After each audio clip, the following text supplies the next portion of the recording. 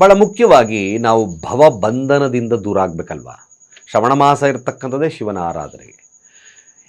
ನೀವು ಯಾರು ಸಂಕಲ್ಪ ಚಿತ್ತರಾಗಿ ಶಿವನನ್ನು ಓಂ ಭವಾಯ ನಮಃ ಮಂತ್ರದಿಂದ ಆರಾಧಿಸ್ತಿರೋ, ಓಂ ಭವಾಯ ನಮಃ, ಓಂ ಭವಾಯ ನಮಃ, ಓಂ ಭವಾಯ ನಮಃ, ಖಂಡಿತ 108 ಬಾರಿ ಶಿವನನ್ನು, ಯಾರಿಗೆ ಅತಿಯಾದಂಥ ಸಂಕಷ್ಟಗಳಿದೆಯೋ ಪ್ರತಿ ದಿವಸ ಶಿವನ ಮುಂದೆ ನೀವು ಈ ಮಂತ್ರವನ್ನು ಪಠನೆ ಮಾಡಿದ್ದೆ ಆದಲ್ಲಿ ಭಾಳ ವಿಶೇಷವಾಗಿರತಕ್ಕಂಥ ಫಲ ಲಭ್ಯ ಆಗುತ್ತೆ. ಒಂದು ಮಾಲೆ ಅಂದರೆ 108 ಬಾರಿ ಸಂಕಲ್ಪ ಮಾಡಿಕೊಳ್ಳಿ. ನಿಮ್ಮ ಸಂಕಷ್ಟ ಏನಿದೆ, ಪರಮಾತ್ಮ ಇದನ್ನು ದೂರ ಮಾಡು ತಂದೆ, ಸಾಧ್ಯವಾದಷ್ಟು ನನ್ನ ಸನ್ಮಾರ್ಗವನ್ನು ತೋರಿಸು, ಕಷ್ಟಗಳಿಂದ ದೂರ ಮಾಡುವಂಥ ಶಿವನನ್ನು ಪ್ರಾರ್ಥನೆಯನ್ನು ಮಾಡಿಕೊಂಡು ಓಂ ಭವಾಯ ನಮಃ, ಓಂ ಭವಾಯ ನಮಃ, ಓಂ ಭವಾಯ ನಮಃ ಈ ಮಂತ್ರವನ್ನು ಪಠಿಸಿ. ಖಂಡಿತವಾಗಿ ಶುಭ ಆಗುತ್ತೆ, ಒಳ್ಳೆಯದಾಗುತ್ತೆ.